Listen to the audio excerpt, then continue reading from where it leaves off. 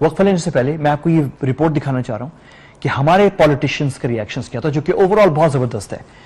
لیکن اس میں ایک بڑی انٹرسٹنگ چیز ہے کہ نواز شریف صاحب کے حوالے سے یہ بات کہی جا رہی ہے کہ پرائم منسٹر نواز شریف جو ہیں انہوں نے ابھی تک کلبھشن یادو کا نام نہیں لیا، جو کہ فیکٹ ہے، انہوں نے نہیں لیا.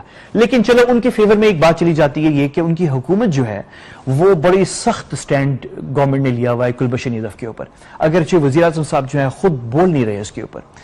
تو یہ تو فیکٹ ہے. لیکن کون کون اور پاکستانی سیاستدان ہیں جو نہیں بول رہے؟ صرف نواز شریف صاحب نہیں ہیں، اور بھی ہیں. یہ رپورٹ ہے ہمارے ایڈ کیو ٹیم کے وقار ملک صاحب کی. یہ رپورٹ دیکھتے ہیں اور آپ نے میرے ساتھ رہنا ہے، اس کے بعد آپ نے کہیں نہیں جانا، کیونکہ واپس آ کے جو بھارت کے خلاف پاکستان کے پاس مضبوط کیس ہے دہشت گردی کی، وہ ہم ونس اینڈ فار آل پیش کرنے جا رہے ہیں. آئیے دیکھیے. اپنے ماتا پتا کا بیٹا نہیں ہے، وہ پورے ہندوستان کا بیٹا ہے. وزیر خارجہ سشما سوراج نے راجیہ سبھا سے خطاب میں کلبھوشن کو بھارت کا بیٹا قرار دیتے ہوئے پاکستان کو متنبہ کیا کہ اگر اس کی سزائے موت پر عمل کیا گیا تو یہ اقدام دو طرفہ تعلقات کے لیے نقصان دہ ہوگا.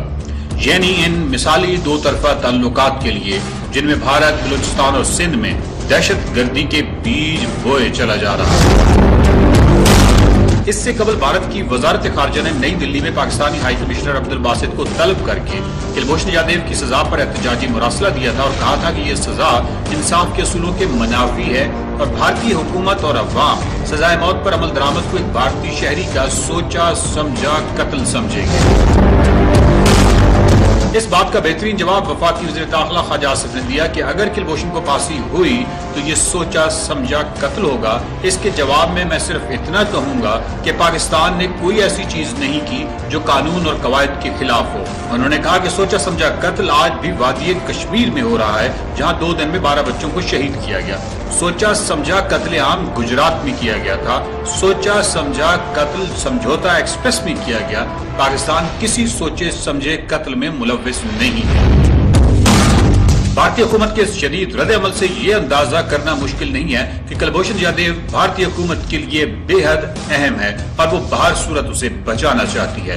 دونوں ملکوں کے درمیان کشیدہ تعلقات کی وجہ سے ایک دوسرے کے شہری گرفتار ہوتے رہتے ہیں اور ان میں سے بعض کے خلاف جاسوسی اور قومی مفادات کے خلاف کام کرنے کے الزامات بھی عائد ہوتے ہیں اور وہ ان جرائم میں سزا بھی پاتے ہیں. لیکن ایسے جاسوسوں کی گرفتاری پر اعلیٰ سطح کے لیڈر نہ تو یوں غم و غصہ کا اظہار کرتے ہیں اور نہ ہی اس حوالے سے کسی بھی حد تک جانے کے دعوے سامنے آتے ہیں. تاہم کلبھوشن یادو کے حوالے سے بھارتی لیڈروں نے جو تند و تیز بیانات دیے ہیں ان سے کم از کم عالمی سطح پر یہ تاثر تقویت پکڑ گیا ہے کہ پاکستان میں بھارت در اندازی کر رہا ہے اور یہ شخص واقعی بھارت کا اعلیٰ سطح کا ایجنٹ تھا. اس لیے اسے سزا دینے پر پوری بھارتی حکومت پیچ و تاب کر رہی ہے. عالمی سطح پر کلبھوشن کے معاملے کو باریک بینی سے دیکھا جا رہا ہے. Pakistan of serious consequences for their bilateral ties if Pakistan executes a retired naval officer convicted of espionage and sabotage. Pakistan کے سیاسی رہنماؤں کے بیانات پر نظر رکھی جا رہی ہے. حیرت اس بات پر ہے کہ وزیر اعظم اب بھی نہیں بولے جس نے اعتزاز احسن کی 11 اکتوبر 2016 کے اس بیان کی تصدیق کر دی جس میں انہوں نے کہا تھا کہ جس دن وزیر اعظم نے کلبھوشن یادو کا نام لے لیا تو میں 50,000 روپے کی رقم نابینا افراد کی ایسوسی ایشن کو عطیہ کروں گا. لیکن وزیر اعظم خاموش رہے بھی تو ان کی ٹیم خاموش نہیں ہے. سرتاج عزیز نے کہا کہ کلبھوشن کی سزا پر قانونی تقاضے پورے کریں گے، دنیا دیکھے گی. پیپلز پارٹی کے رہنما رحمان ملک نے کہا بھارت حد میں رہے، اگر یہ قتل ہے تو اس نے بلوچستان میں جتنے لوگ مروائے ان کو کیا کہیں گے. سراج الحق نے کہا کہ کلبھوشن کو سزا دے کر دشمنوں کے لیے مثال قائم کی جائے. خورشید شاہ نے کہا کہ جاسوسوں کو ایسی ہی سزائیں ملتی ہیں جیسے کلبھوشن کو ملی. لیکن دوسری طرف پاکستان کی دوسری بڑی سیاسی جماعت کے رہنما عمران خان نے اس حوالے سے لب کشائی مناسب نہیں سمجھی. بھارت کے دورے پر گئے تھے تو مودی کو باقاعدہ درخواست کر کے ان کو ملے.